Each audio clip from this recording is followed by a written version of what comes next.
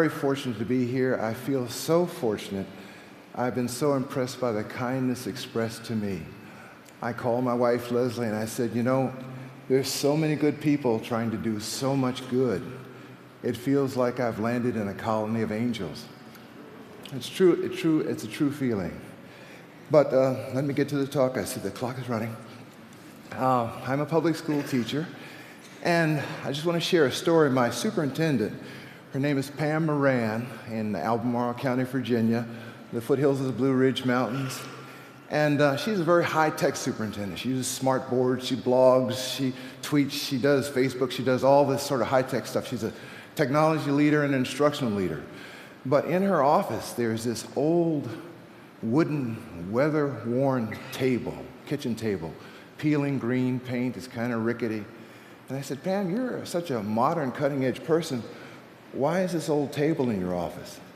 And she told me, she said, you know, I grew up in southwestern Virginia, the coal mines and the farmlands of rural Virginia. And this table was in my grandfather's kitchen. And we'd come in from playing, he'd come in from plowing and working, and we'd sit around that table every night. And as I grew up, I heard so much knowledge and so many insights and so much wisdom come out around this table. I began to call it the wisdom table. And when he passed on, I took this table with me, brought it to my office, and it reminds me of him. It reminds me of what goes on around an empty space sometime. The project I'm going to tell you about is called the World Peace Game, and essentially it is also an empty space, and I'd like to think of it as a 21st century wisdom table, really. It all started back in 1977. I was a young man, and I had been dropping in and out of college. And my parents were very patient, but I had been doing intermittent sojourns to India on a mystical quest. And I remember the last time I came back from India in my long white flowing robes and my big beard and my John Lennon glasses, I said to my father, Dad, I think I've just about found spiritual enlightenment. He said, well, there's one more thing you need to find. I said, what is that, Dad? A job. And so they pleaded with me to get a degree in something. So I got a degree, and it turned out to be education. It was an experimental education program. It could have been dentistry, but the word experimental was in it, and so that's what I had to go for. And I went in for a job interview in the Richmond Public Schools in Virginia, the capital city, bought a three-piece suit, my concession to convention, kept my long beard and my afro and my platform shoes. At the time, it was the 70s. And I walked in, and I sat down and had an interview, and I guess they were harder for teachers because the supervisor, her name was Anna Aero, said I had the job teaching gifted children. And I was so shocked, so stunned, I got up and said, well, thank you, but what do I do? Gifted education hadn't really taken hold too much. There weren't really many materials or things to use.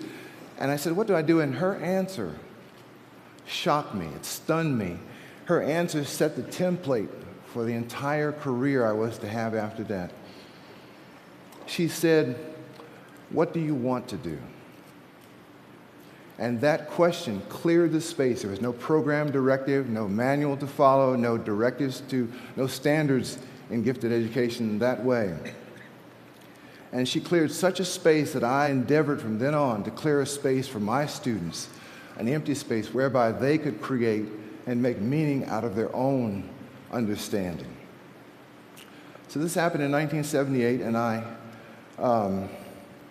was teaching many years later, and a friend of mine introduced me to a young filmmaker. His name is Chris Farina. Chris Farina is here today at his own cost. Chris, could you stand up and let them see a young visionary filmmaker who's made a film? This film is called World Peace and Other Fourth Grade Achievements. He proposed the film to me. It's a great title.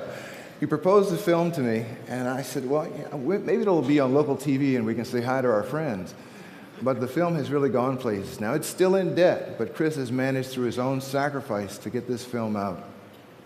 So he made a film, and it turns out to be more than a story about me, more than a story about one teacher. It's a story that's a testament to teaching and teachers. And it's a beautiful thing, and the strange thing is when I watch the film, I had the eerie sensation of seeing it. I saw myself literally disappear. What I saw was my teachers coming through me. I saw my geometry teacher in high school, Mr. Roussel's wry smile under his handlebar mustache. That's the smile I use, that's his smile. I saw Jan Polo's flashing eyes. And they weren't flashing in anger, they flashed in love, intense love for her students. And I had that kind of flash sometimes. And I saw Miss Ethel J. Banks, who wore pearls and high heels to elementary school every day. And you know, she had that kind of old school teacher stare. You know the one. And I'm not even talking about you behind me because I've got eyes in the back of my head. You know that teacher? I didn't use that stare very often, but I did have it in my repertoire.